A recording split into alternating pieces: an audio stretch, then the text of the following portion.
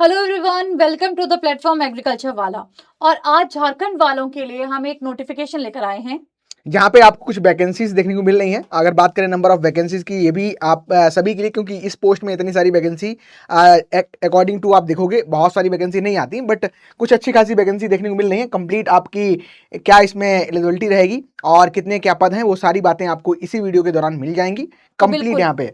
बिल्कुल। ये जो वैकेंसी है, वैसे तो ये आत्मा के द्वारा वैकेंसी है और एटीएम और बीटीएम की पोस्ट के लिए वैकेंसीज हैं, प्रखंड लेवल पे वैकेंसीज हैं। सारी की सारी बातें हम इस वीडियो में डिस्कस करेंगे। बिल्कुल मैम, तो शुरू करते हैं। यहाँ पे दो पोस्ट आपको देखने को मिल रही है, एक है आपकी बीटीएम की और एक है आपकी एटीएम की। यानी कि बीटीएम को हम यहाँ पे प्रखंड तकनीकी प्रबंधक बोलते हैं।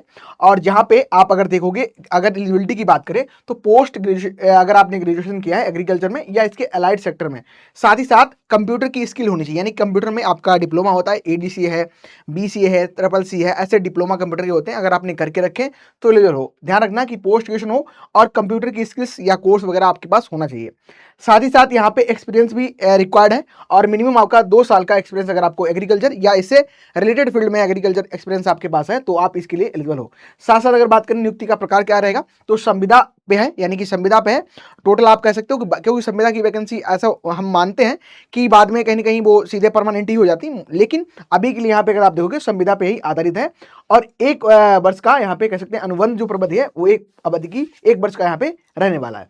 बिल्कुल, तो ये तो हमारी बीटीएम की बात होगी। एटीएम की अगर हम बात करते हैं, एटीएम के लिए अगर आपने ग्रेजुएशन किया है या पोस्ट ग्रेजुएशन किया है एग्रीकल्चर में या अलाइड सेक्टर में, साथ में अगर आपको कंप्यूटर का भी नॉलेज है, कंप्यूटर का भी ज्ञान है, तो आप बिल्कुल इस बेसिकली पोस्ट के लिए एलिजिबल हैं। अगर हम बात करते हैं अनुभव की, एक्सपीरियंस यहाँ पे 1 साल का एक्सपीरियंस मांगा है। बीटीएम में आपने देखा होगा 2 का है, लेकिन एटीएम के लिए 1 साल का एक्सपीरियंस बोला है। दोनों ही क्या है, संविदा आधारित है। दोनों में अनुबंध अवधि की अगर हम बात करते हैं, जो पीरियड रहने वाला है वो आपका 1 वर्ष का रहने वाला है। हाँ, अगर हम थोड़ा सा सैलरी की यहाँ पे बात करते हैं तो बिल्कुल, तो आपका जो बीटीएम वाला वैकेंसी है, यहाँ पे आप देखोगे कंसोलिडेटेड आपको 30,000 रुपए देखने को मिल रहा है। 25 से 25,000 रुपए और 5,000 रुपए पीएफ एनुअल आपका इंक्रीमेंट 10% के अकॉर्डिंग है। तो उस तरीके से आपको यहाँ पे सैलरी मिलने वाली है, क्योंकि यहाँ पे एमएससी वाले स्टूडेंट एलिजिबल है और कंप्यूटर स्किल भी है।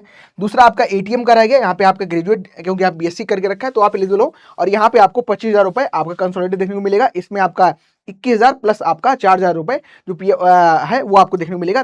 10% इसमें भी इंक्रीमेंट है एनुअल बेसिस पर, वो आप यहाँ पे देख सकते हो इस तरीके बिल्कुल। से। और ये जॉब्स ऐसी जॉब्स हैं, अगर आपने अपना बीएससी कंप्लीट कर लिया है, एमएससी कंप्लीट कर लिया, आप कोई जॉब ढूंढ रहे हो, फॉर द टाइमिंग आप ऐसा कर सकते हो कि आराम से इन जॉब्स में आप फील्ड का भी एक्सपीरियंस ले सकते हो। आगे जाके बाकी जितनी जॉब्स है उनकी भी आप प्रिपरेशन कर सकते हो। और साथ ही साथ आपको फील्ड का इतना अच्छा एक्सपीरियंस मिलता है कि आगे जाके आपको नए से नए अपॉर्चुनिटीज जो है वो देखने को मिलती हैं। तो आपका एक एक्सपीरियंस भी काउंट हो जाएगा। बिल्कुल। देन बात आती है सर यहाँ पे नंबर ऑफ स्टूडेंट कितने एलिजिबल रहेंगे। तो बात करें आपका बीटीएम जो है, यहाँ पे जनरल की एक वैकेंसी है, एसटी की आपकी 2 वैकेंसी है। तो टोटल आपकी 3 वैकेंसी हो गई बीटीएम में। दूसरी आती है आपकी एटीएम की, जहाँ पे जनरल के टोटल 10 पद हैं, एक एससी का है, 7 एसटी के हैं। और बात करें अगर यहाँ पे ईडब्ल्यूएस के भी 2 पद हैं, तो टोटल यहाँ पे 20 पद आपको देखने को मिल रहा है। अगर आप दोनों पदों की बात करें तो ओवरऑल आपके 3 पद आपके बीटीएम में हो गए और एटीएम में आपके 20 पद देखने को मिल रहे हैं। टोटल आपके 23 पद आपको देखने को यहाँ पे मिल रहा है। बिल्कुल, तो 23 पोस्ट ये हैं। और अगर अभी आप सोच रहे हो कि कहीं से थोड़ा सा फाइनेंशियल असिस्टेंस या सपोर्ट मिल जाए, एक्सपीरियंस लेटर भी मुझे बढ़िया मिल जाए, तो आप इस पोस्ट के लिए डेफिनेटली जा सकते हो। आगे जाके कोई और इंटरव्यूज दोगे, वहां पे भी एक्सपीरियंस काउंट होता है, तो आपको यहाँ का एक्सपीरियंस अच्छा रहेगा। बिल्कुल। अगली बात अगर हम करते हैं तो इसमें जो योग्यता है उसके बारे में हमने बात कर ली। नाउ यहाँ पे अगर हम बात करते हैं, 50 अंक यहाँ पे जो मेन है शैक्षणिक योग्यता के लिए यहाँ पे दिए गए हैं। और बीएससी एग्रीकल्चर अगर आपका है या अलाइड सेक्टर में है तो उसके 30 अंक हैं। अगर एमएससी एग्रीकल्चर या अलाइड सेक्टर में उसके 10 अंक हैं। पीजीडीएम की बात करें उसके 10 अंक हैं। कंप्यूटर की जानकारी है तो 20 अंक हैं, जैसे एक्सेल के 5 है, पावर पॉइंट के 5 है, वर्ड के 5 है। कोई अगर आपके पास एक्सपीरियंस ऑलरेडी है तो उसके 20 अंक हैं। एटलीस्ट 1 साल का आपका एक्सपीरियंस होना चाहिए किसी कंसर्न फील्ड में। ऐसे बाकी जॉब्स में भी होता है, 1 साल का एक्सपीरियंस मांगते हैं, तो आप यहाँ से इजिली एक्सपीरियंस ले सकते हो। और साथ में आपको यहाँ पे अगर आपने किसी गवर्नमेंट सेक्टर में काम किया है तो 4 मार्क्स आपको इसमें इसके मिलेंगे। अगर सेमी गवर्नमेंट में किया है तो 2 मार्क्स मिलेंगे। और अगर आपने प्राइवेट सेक्टर में किया है तो 4 मार्क्स मिलेंगे अगर आपने 3 साल तक किया है। यानी कि अकॉर्डिंग टू द ईयर कितने साल आपने काम किया है। अगर गवर्नमेंट में किया है तो 4 मार्क्स हर साल के हैं। सेमी गवर्नमेंट में किया है तो 4 मार्क्स आपके 2 साल के हैं। और अगर आपने प्राइवेट सेक्टर में 3 साल के लिए काम किया है तो उसके 4 मार्क्स मिलेंगे। यानी कि यहाँ पे गवर्नमेंट, प्राइवेट, सेमी प्राइवेट का भी आपको अलग अलग अंक जो है वो देखने को मिल रहे हैं। और यहाँ पे जो आपका 2 वर्ष या उससे अधिक अगर आप आत्मा में रह चुके हो तो उसके लिए आपको स्पेशल वेटेज देखने को मिलेगा, यानी कि आपको 10 अंक और मिलेंगे। बिल्कुल। देन बात आती है आपका यहाँ पे इंटरमीडिएट के भी आपको 10 अंक देखने को मिलेंगे। बीएससी का भी आपको इस तरीके से कैटेगराइजेशन है। एमएससी के 15 अंक है और कंप्यूटर की जानकारी के भी आपको कंप्यूटर में भी आप देखोगे एक आपका पावर पॉइंट है, एक्सेल है। पावर पॉइंट के आपके 5 है, एक्सेल के आपके 10 है और आपके वर्ड के आपके 15 अंक हैं। अगर आपका अनुभव है तो वहाँ पे भी आपको अलग तरीके से यहाँ पे स्पेशल वेटेज 10 अंक आपको निर्धारित करके यहाँ पे दिए जा रहे हैं। ठीक है, तो इस तरीके से आपको ये वैकेंसी देखने को मिल रही है। इसके अलावा अगर हम लोग देखें यहाँ पे प्रखंड तकनीकी प्रबंधक जो है और सहायक तकनीकी प्रबंधक के लिए इंडियन काउंसिल ऑफ एग्रीकल्चर जो आपका आईसीआर है, इससे मान्यता प्राप्त आपकी डिग्री बाकायदा होनी चाहिए।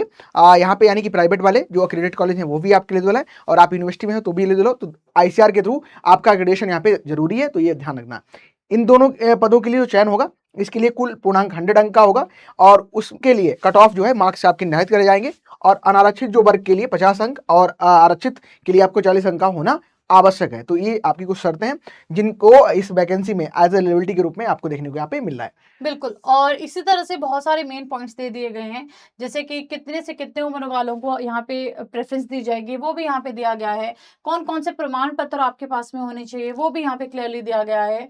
तो जितने भी यहाँ पे बाकी की इंपॉर्टेंट चीजें हैं वो सारी दे दी हैं और साथ ही साथ इन्होंने कहा है कि अगर आपको अपना कार्य अनुभव का लाभ लेना है तो आपको वहाँ पे अपनी जो स्टेटमेंट्स है, बैंक स्टेटमेंट्स हैं, पे स्लिप्स हैं, वो भी आपको लानी पड़ेंगी, यानी कि पूरी की पूरी जितनी भी इंपॉर्टेंट आप वहाँ पे इंफॉर्मेशन दे रहे हो, मेंशन कर रहे हो, उसके आपको पास में प्रूफ्स होने चाहिए, सर्टिफिकेट्स होने चाहिए, स्लिप्स होनी चाहिए।